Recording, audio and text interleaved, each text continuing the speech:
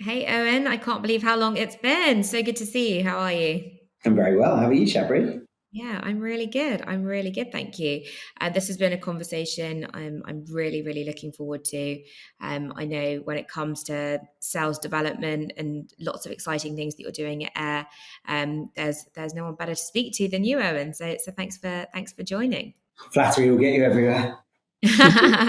Good. Well, I've got about half an hour to use it. So, for those of people who don't know you, it'd be great if you could give a brief introduction to who you are and a little bit about your journey. Yeah, sure. So I am the founder and CEO of Air Marketing, best known as an outsourced SDR organization. But we do a lot more than that. We provide a lot more of a dynamic service nowadays compared to what we maybe did 2, 3, 4 years ago. A lot of marketing and demand gen to support sales teams. Ultimately, we're driven by creating pipeline and revenue growth for organizations. And then more recently launched our SDR Academy earlier this year. So an interesting journey so far that's full of good decisions, bad decisions, and growing a startup, but a fun one nonetheless. And yeah, my day job is focused all around sales and sales development, and it's the subject that I am most passionate about for sure. Amazing. Well, lots to dig into there. So, you mentioned about how Airs evolved from the marketing demand gen and most recently to the SDR Academy. What's the kind of drivers been for you in the last few years as Air has launched these new offerings to their clients? Look, I think there's a big personal one there, which is going back to, I don't like to talk about this very much, but going back to a pandemic and a change of the way that people bought and the fact that we lost, I don't know, 85% of revenue pretty much overnight because we did one thing, we did it well, but all of a sudden nobody wanted it. So I think there's a conscious strategy to diversify. And alongside that, the fact that clients ask for different things and there's a demand there to join sales and marketing up far more. It is no longer in-house or outsource. A lot of the time it's both side by side. And so the more we can be aligned with what people are doing internally and helping them to solve the problem, because the problem is never one dimensional. It's never one thing that's going wrong. It's always lots of things. The stickier our clients are and the better value we're able to deliver. So yeah, lots of drivers behind that, but those are the ones that stand out. Yeah, I love what you just said around it doesn't need to be in-house or outsourced. And I think that's something that I think a lot of companies are doing right now, across all facets, really. But not this kind of binary option of we either do it or we don't do it. And you talked about problems never being one dimensional. What are some of the most common problems that people come to you with that they're looking to get your help with?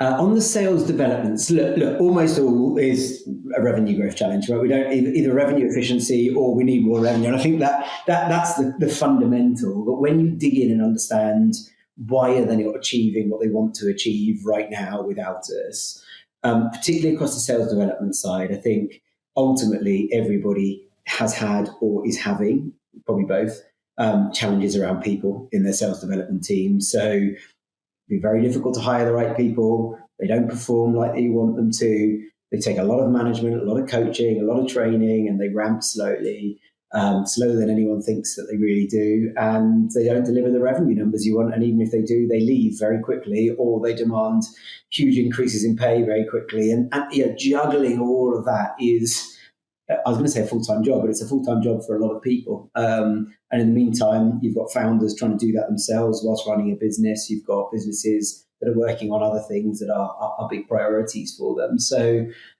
there's almost always a people challenge in there, whether it's we can't find people, the people we've got aren't performing, or we just, we have a headcount freeze and there's a challenge around the way that we structure the growth of the business and the finances in the business. I think also there's still a belief that from a lot of sales and revenue leaders that we should expect the same level of pipeline contribution from SDR as we did 5, 10 years ago, and we haven't evolved. So expectations have stayed steady, but the job has got harder, and therefore we've got a gap between what revenue leaders think they should be getting and what reality is that they get, and that just creates volatility in the way that people think and buy. They're always looking for the next thing to solve solve their problem. And then finally, they're looking for scalability. So I've got this and it's delivering that. I need more and I need fast ways to make that happen. And yeah, sure, you can go and hire lots of people or turn on other channels, but outbound is always a channel to be considered whenever people are looking at that. So, it's just summarizing some of them, but trust me when I say we see all sorts. Yeah. Yeah, I bet you do. And I've been on the receiving end of it where CEOs and founders say this SDR thing doesn't work. And, I think from at least what I see, I think sometimes people just, throw resources at it and expect it to deliver the moon and the stars. And I think, some of the reasons that you just talked about around hiring the right people, the coaching, the training, and I think you really summarized it well in your presentation at SaaS Growth, where you were talking about why SDRs aren't hitting quota. I'd love to dig into some of those reasons, because I think it very much encapsulates the people, but I think it goes beyond the people as well. Do you want to, for those people who might be listening who didn't hear your presentation at SaaS Growth, what your key reasons were and what you're seeing today? Yeah, look, I think I tried to pick out some common things that I see, but obviously it's not an exclusive list, limited to these things. But I guess my point is that the majority of reps aren't hitting quota. The majority of SDR teams are not hitting quota. We have a fundamental issue with sales development. And I think it's natural for us as revenue leaders to point to the individuals within that, not reflect the mirror back at ourselves. And I think that is where the issue lies. So some of the examples of things I talked about is that plain and simply, quotas are too high. On average, whenever I go into an organization, whether it's through us being outsourced or through my consultancy work, almost always I'm trying to talk people's quotas down, because whilst I agree with the sentiment of stretch targets, we're living pipe dreams of reps being able to book 2 meetings a day and that sort of stuff, and you just think, oh God, you're setting people up to fail. So I think universally I'm seeing targets getting higher because pressure is on companies to grow at a time where it's getting harder for reps to deliver and more complicated for them to do their job. I think you look at the average profile of a rep, they're younger than they used to be. They've got less commercial experience because the SDR role 10 years ago was barely a thing. Now it's, everyone needs more and more SDRs. So naturally the level at which we hire our SDRs reduces in order to bring that quantity in, and you have a quantity over quality issue. Organizations aren't investing in the right sort of training and enablement. They're overcomplicating things with a tech stack with 9 different platforms in it that people have got to learn. They're ignoring the phone, so nobody's having human conversations and learning how to actually sell. And even if you're not learning how to sell, you're learning why your market says no, and you're learning from the negative conversations, whereas an email where somebody says no equates to a delete and no feedback, therefore I learn 0. Some pretty basic stuff in there that, we're not hiring fit for purpose. We're trying to teach people too many things at once. We've got reps spending barely any time actually selling because they're busy researching data and building lists and all that sort of stuff. So when you break it down to the fundamentals, what do we need to give salespeople in order for them to have a good chance, or sales teams? We need to hire the right people. We need to train and coach them. We need to give them something simple to do, and we need to allow them to go in and do that and learn it quickly. And we need to make sure that it's easy for them to learn and support them on that journey. What we're actually doing is overcomplicating it, letting them do things that are not active selling. Like, they should be selling 90% of the time. Yes, you need internal meetings and coaching, and get them selling. The more time they spend selling, the more time they spend learning what works and what doesn't. What we're actually doing is getting them spending time on Sales Navigator building lists for 4 hours a day, and then patting them on the back saying, well done, you're doing really well, you're doing great research. Yeah, but what have you sold? Nothing. Or what have you learned? Nothing. And yeah, look, you're going to send me off on one if I start going too much, but I think we have a fundamentally broken system, and it's down to the sales leaders, most of whom haven't been an SDR, or if they were, they probably weren't a very good one, who just have this sort of dream world view of what SDRs should be able to do and what they should be doing day to day. So it's no wonder that it's failing in the majority of organizations. So my first question to anybody when they say hiring SDRs doesn't work for me is, how long have you been doing it? Because I can tell you now it will fail for the first 12 months regardless of what you do. So you've got to be thinking about it like a long-term investment. It's like buying a house and saying, well, it didn't give me a return 6 months after you bought it. Well, no, because the market shifts up and down. But in 5 years' time, I can guarantee you'll get a return if you do it well and you're patient. It's the same with this. It's not an overnight fix. You've got to invest and iterate and learn from your mistakes. And we're just not doing that.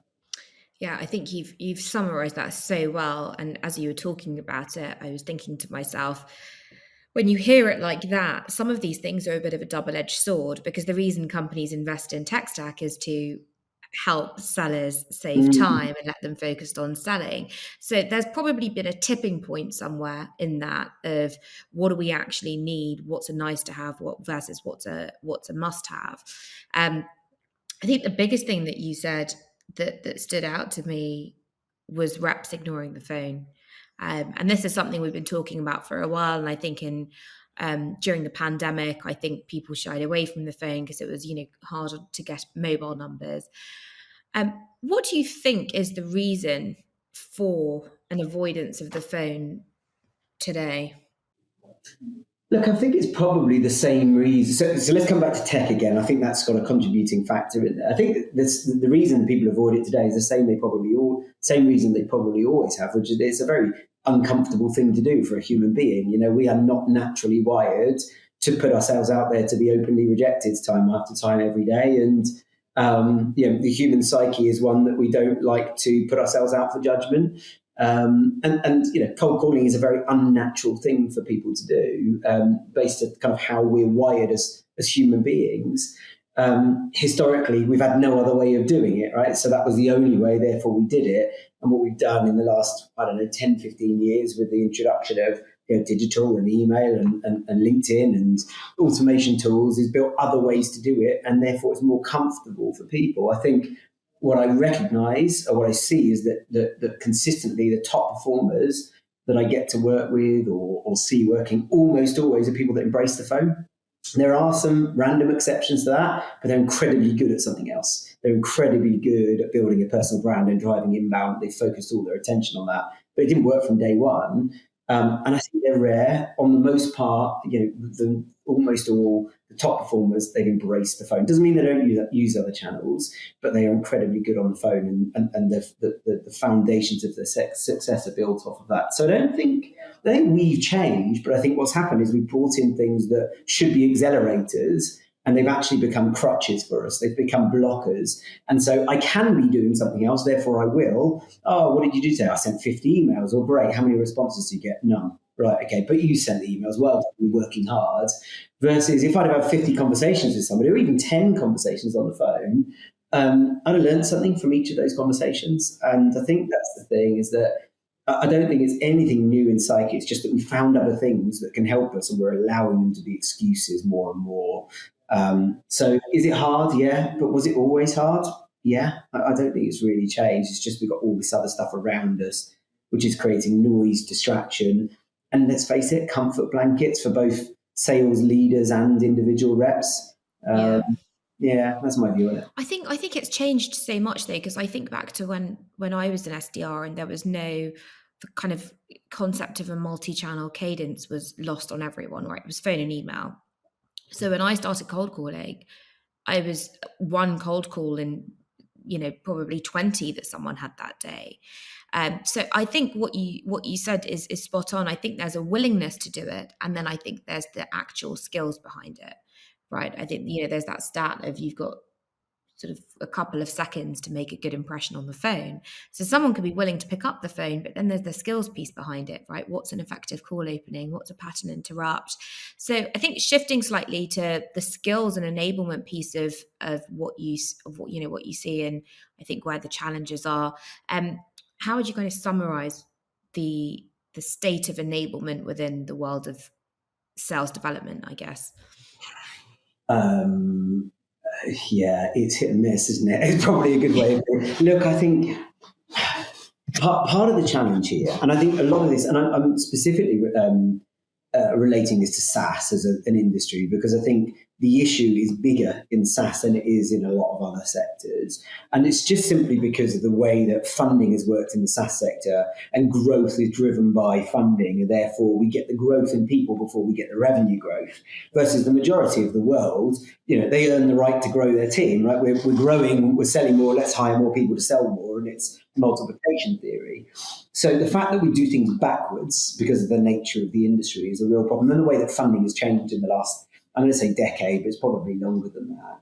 And so what we do is we hire salespeople, and then we ask them to bring the revenue, versus the other way around. And that means we take 5 people at a time or 10 people at a time. And when you look at the industry and go back to sort of 2015 to 2020, the amount of funding that was available for organisations meant that you and I would sit at an event for sales confidence, and we'd hear somebody who was, I've got a headcount growth target of 50 SDRs. Well, that was like, everyone was like, oh, they're a great organisation. I could almost always, and I said it at the time and I'll say it now, it's impossible to do that well. It is impossible to headcount growth in 6 months or 12 months, 50 SDRs, and to do it well. So the amount of people coming in just means that you can't get that right. But then on top of that, because of that demand and the fact that you need an SDR manager for every 8 or 6 or 10 reps, or depending on who you're talking to, every X reps, means that now your SDR manager is somebody who's been in the business for 9 months. So all of a sudden, your coaching and training is being done by somebody whose experience is this big. And this problem just multiplies and has multiplied over roughly a decade. And I think the reality is that we've got a real problem where we've got an overpopulation of poor managers and poor leaders. And so really, you've either got to slow that down and reverse it somehow, which it'll take a generation. It's not going to be an overnight thing unless you force it within your organization. Or you've got to look at people like yourself, Shabri, and the work we're doing in the Academy, at outsourced staff or partners who can support you externally and come in and help you. But even that is, it's flawed in that they're outside of the business. So you've got to solve both problems side by side. So I don't like it. I think we've got too many people, particularly sitting SDR managers and enablement roles, who don't actually understand what it is to be a good rep, and are, if anything, enforcing the message of hiding behind email, of trying to automate everything, of making it, hey, do you know what? Let's spend half an hour personalizing this email because it will guarantee us an open rate. And then, half an hour has gone, you send something that's ridiculously cheesy and nobody opens it, and they delete it and get rid of it. And you go, well, what could I have done with that time? But we've got enablement teams saying that's a great thing to do. So look, again, nothing's perfect in the world, but I think we're drifting further and further away from good practice, and we're complicating the art, the science of sales. We have been complicating it more and more for several years now. We've got to try to turn that around and reverse engineer the complication, embrace the technology, embrace the multi-channel stuff, but keep it simple so that sales reps can learn what they need to be doing far faster. Yeah, I think keeping it simple is such a strong message that I think people can take away from what you're saying, because I think we're overcomplicating things, whether it's onboarding or tech stack or messaging or cadences, whatever it is. And I actually think we can go back to basics on a lot of that stuff. I think, I've been in the world of SDR enablement for a while. And one thing that always used to be a bugbear of mine was people used to come to me when things were broken, not at the outset, right? And actually undoing some of the behaviors, skills, ways of working is often a lot harder. So with your SDR Academy, talk to me a little bit about where do you get involved in that process? Is it early on when pre-hiring, or is it through their journey, and what kind of things are you seeing there? Look, it's a bit of a mixture. And I think much like what you've seen, it's reflected in what we do, where people go, I've got a problem, let's go and find some training for people. And I think the beauty of our academy, and the one thing I'm really proud of with it, is that it's an ongoing learning journey. Because you and I both know you don't solve skill shortages or attitude mindset shortages with one session or 2 sessions or across a day. You solve it with ongoing reinforcement. So the beauty of our academy is that we're running 1 or 2 training sessions every single week for those reps on an ongoing basis until they feel they don't need that anymore, on a subscription basis. So we're not trying to solve it in a day. it's that old thing of Rome wasn't built in a day. It's about little bits, one brick at a time. And what that allows us to do is actually to reverse or rewire the thinking, because to your point, those people that come to us and they're not performing, quite often I can point the finger back at the culture of the business, the things that they've been trained to do so far. And I've got to, we've got to rewire that somehow. So we can't do that in a half-day training session, because they'll remember 2% of it, walk out and off they go, back to old habits. Whereas we're able to be there with them every single week. How have you got on this week? We're reinforcing that, and we're training around multiple topics multiple times. So that works really well. The ideal, is that it's built into somebody's journey. So some of our clients now who have been on the academy or got reps on the academy are bringing their new reps in as default, and that means that we can get in early and lay the foundations to be built upon, which is fantastic, and that's what we'd love to be doing. But the reality is, I think we're always going to be trying to rewire as well. I don't think you'll ever get rid of that. And when it comes to the real rewiring, what are the most popular or common areas that need rewiring? What are people struggling with the most? I think we've got, particularly at the age group that the average SDR is right now, we've got an avoidance issue. So whether this is cultural, societal, organizational culture, personality driven, avoidance of hard work and avoidance of difficult conversations and challenging conversations. And from a sales leader perspective, avoidance of qualifying that out in the sales process. So again, we need to hire reps, so let's just hire these people because they can interview well. Is no longer good enough. And what we end up with is reps who actually, I've seen it, reps who come in and say, I didn't really want to be making cold calls, or I didn't realize the job would be this hard. And you're thinking, God, we've got to really think about how we're hiring and getting it right in the first place. So I think that a lot of it always comes back to the phone. And I think also this whole, I'm going into a tech career, selling SaaS in SDR, it's become a really cool thing. I'm showing my age by referencing it as cool. I'm sure there's another word for it nowadays. But, I think people forget that doing it is bloody hard work. And I go back to, I started in what we now coin as an SDR, which has become a sexy title, but was originally a telemarketing rep or whatever.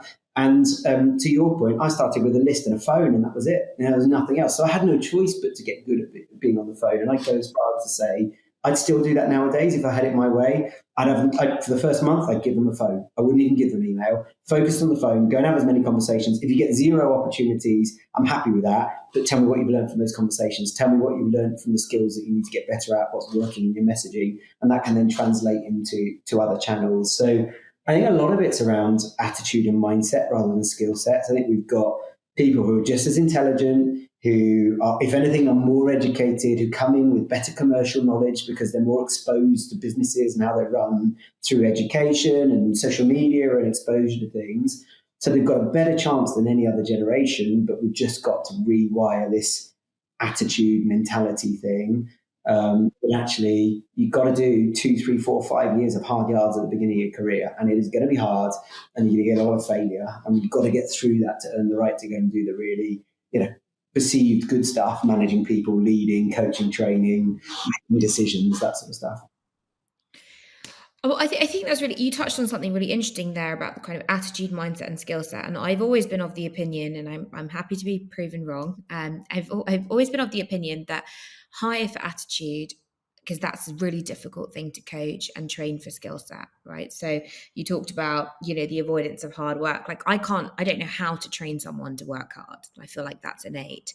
So how do you get around that in the academy? Of if you do have people with what I probably call qualities and attributes that are like that, but they're, you potentially can train them on skill, how does that end up panning out for the company and for the leader? And how do you get around that when you're working with them through this program? Look, our job is to train people in good faith, right? So, and our job is to give them a skills increase and try to shift their mindset to some degree. But they're living in a culture in a business all day, every day, and that's always going to be the biggest influencer on how they feel, how hard they work, because they've got a line manager who's there next to them, they've got colleagues and peers around them, we're with them a couple of hours a week. So it's very hard to shift it, though we can nudge it in the right direction. I tell you right now, Eric's our lead trainer on the academy. He's an incredible coach and trainer around sales generally. He's also an incredible reader of people. And I can tell you right now that within a few sessions on the academy, when he meets somebody, he will be able to pick in 3 or 6 months' time whether they'll still be with that company or not. And it comes back to those points. If they're in that training, you can see it, and they've chosen to be there. Nobody's forcing them there. Their organisation are investing in their development in an external thing. They're giving them something that they don't have to. It's a real benefit. They're taking time out of work hours to collaborate with SDRs from other organizations and learn how people are solving those problems and what are they doing to get around this and what tools are they using. And they're learning from industry experts who are running the sessions. You can tell because there's the rep who's like, you can see them looking at the screen and listening and asking questions. Oh, can I just do that? And does anyone want to have a go at doing this? Yeah, I'm in. And the reps that put themselves on mute, sit there, want to turn their cameras off, and you can see them typing away and doing so. I can tell you now, they're the people that ain't going to make it. So yeah, it does. You're right. I don't want to prove you wrong because I agree wholeheartedly. I would take take 10 average skill set performers perceived who have the right attitude, who want to sit in this room and who will energize each other and push people forwards and challenge themselves to be better, and outside of work will listen to podcasts like this and learn the things they should be, and go and watch videos on or go to events or join whatever. Just invest in themselves over high A player skill sets who are quite frankly a pain in the ass, think they're better than picking up the phone and making a cold call, because they're just not going to be successful as often. You'll get the odd one that breaks the rules, but it'll probably break your culture in the meantime, because everybody else will look at that and think, well, if they can do that, why do I need to work hard? So Yeah. I'm fully on side with that concept. And it's funny when you talk about the body language that you're seeing on the Zoom call and sort of the disengagement. My experience is that, those people are actually always the ones that I think come out of the training the weakest, but this kind of like, I don't need to be here, I don't need to learn attitude. But actually, I think then the gap widens between the top performers and the sort of less willing people as well. So we've spoken a bit about attitude and mindset. So just sort of lastly, shifting to the skills element of what you're focusing on in the academy.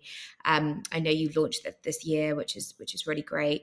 Are there any modules that you're running that are proving to be the most effective or the most in demand, I suppose? Yeah, and as you'd expect me to say, it's still back to cold calling and the art of human conversation. So I think what reps are getting, to their credit, and where we see probably we're adding the least value, is in and around things like utilizing tech stack and writing emails and personalization. So I think reps are getting quite a lot of training and peer development around that sort of stuff. But the biggest gap, I think, and it's you'll know me, I've been harping on about this for years, but it's now being evidenced more so than ever. The biggest gaps in reps coming and thinking, this is how I have a sales conversation. This is how I handle an objection. This is the kind of question I need to be asking. This is what a good meeting looks like when I'm talking to a salesperson. This is how I get through gatekeepers or receptionists. This is how I find mobile numbers. It's that stuff to get into a human conversation. And when you're there, how do I turn that into an opportunity and not just book a meeting? Because I think most of the sales content that you can consume on LinkedIn nowadays is about, how do I book a meeting for a meeting's sake? Can I have 7 seconds of your time to tell you why we should meet? And then I want to meet with you. But nobody knows anything about your situation or whether you've got any kind of a need to buy what I have to offer. And it's not just those guys, it's everybody else around them. They do some brilliant stuff at getting salespeople to be able to sell. But what we're not teaching is salespeople how to have a business conversation. And I think what we're pretty good at is helping people to understand not just what you should say, but why you should say it, or why you shouldn't say something, why you should structure things a certain way, and what's the theory behind how to structure a sales conversation. And that can be translated into discovery calls and further down the sales cycle. But really understanding that you and I having a conversation, why I'm saying what I'm saying, when I'm saying it, what I'm hoping to get from that, and how I build rapport with you and those sorts of things. Because again, reps are coming in and they're not getting that sort of training internally. So that's where I see the biggest gap, and therefore where we get the feedback on being, the reps seeing the most value. I love that, really focusing on why are we saying that. And I think there's been so much movement from book a meeting, sell a meeting. And that's why when companies still say to me they're targeted on meetings booked, I'm sort of pulling my hair and thinking, okay, how do you make this shift internally? And we had Ben Smith on this podcast, Mm. and it was actually really interesting him talking about how does he get his team to build a relationship and build trust, because there's so many not right nows, but how do you really nurture those people? And if you move away from, well, the objective of this is for me to try and sell you something, it's actually the objective here is how can what we do help you? And I think it's that mindset. But it sounds like there's lots of interesting stuff that you're covering there. And I think the theory of how to structure a sales conversation, I'm intrigued by that as well. So maybe I'll join one of your sessions. I'm sure you've picked up bits over the years, and you've done plenty of it, Shabri. So this is the funny thing. I think when you say this stuff and you teach people, I think they realise, oh yeah, I do that, and that's why I do it, and it makes sense now. But I don't think we're helping reps to understand the why behind what they're doing. It's just the what, and I think that always goes a long way. And I think just going back to that tech stack thing, and what Ben was talking about there in like the relationships and the quality of conversation, again, that's something that's been lost. We've got to go and book a meeting. Actually, no, if I can build a better relationship with you, I've got far more leverage in my conversation to be a better salesperson. So making our goal to do that. And when it comes to that tech stack, my response to people is, does it help us get more human conversations? So if it helps us if it helps us to get more human conversations, so a tech stack, a tool that gets you mobile numbers is a great tool to have in your tech stack, because that's going to help you get more human conversations on the phone. An email tool that drives inbounds that doesn't take masses of effort, where it lets me get more human conversations in, great. But a tool that's going to stop me from having more human conversations and push my time towards other channels and all that sort of stuff is going to get in the way. And I think that's my qualifier, is like, can I have more human conversations? If I can have a meaningful conversation with you on the phone or Teams or Zoom or whatever the platform is, that's human to human, not via a digital channel and writing, I want to do that as many times in a week as I can. And that's my key metric, is like, can I have that conversation? So if I can get 5 of those a day and I can push that to 10 a day, then in theory, I'm going to double my output, assuming they're similar sort of standards of conversation or profile of decision maker. What I'm not going to do is double my output by focusing on other channels that don't have that human conversation. So that's my singular view on it, is that, will that tool allow us to have more human conversations in a week? If it is, great, let's look at it. If it's not going to, then it's a distraction and we don't need it. Yeah, I think there's so many distractions that are there now. And I think also one single tool is being able to do 5 different things now, whereas I think 5 years ago it was doing one thing. So I think maybe, interestingly, we might see some consolidation of how reps are using tools and what they're using as well. But gosh, I could sit here for hours and talk to you, Owen. There's so much that I think everyone who's listening to this will take away. If people want to reach out to you and get in touch, what's the best way for them to do that, Owen? Don't send me a LinkedIn email because there's too many of them. So I'm always happy to talk to people. Email is a good start. Owen@air-marketing.co.uk. By all means, write to me on LinkedIn, but I don't know about you, but I get about 100 automated LinkedIn emails a week. So if you send me a genuine one, the chances of me seeing it sadly are slim. So always better with a phone call or an email. That's a better chance of getting me. Well, as we said, the phone's not dead, so I'm sure your number's out there. If you use some good data tools out there, you can phone me on my mobile. And if I get a cold call, I always entertain it. So you're welcome.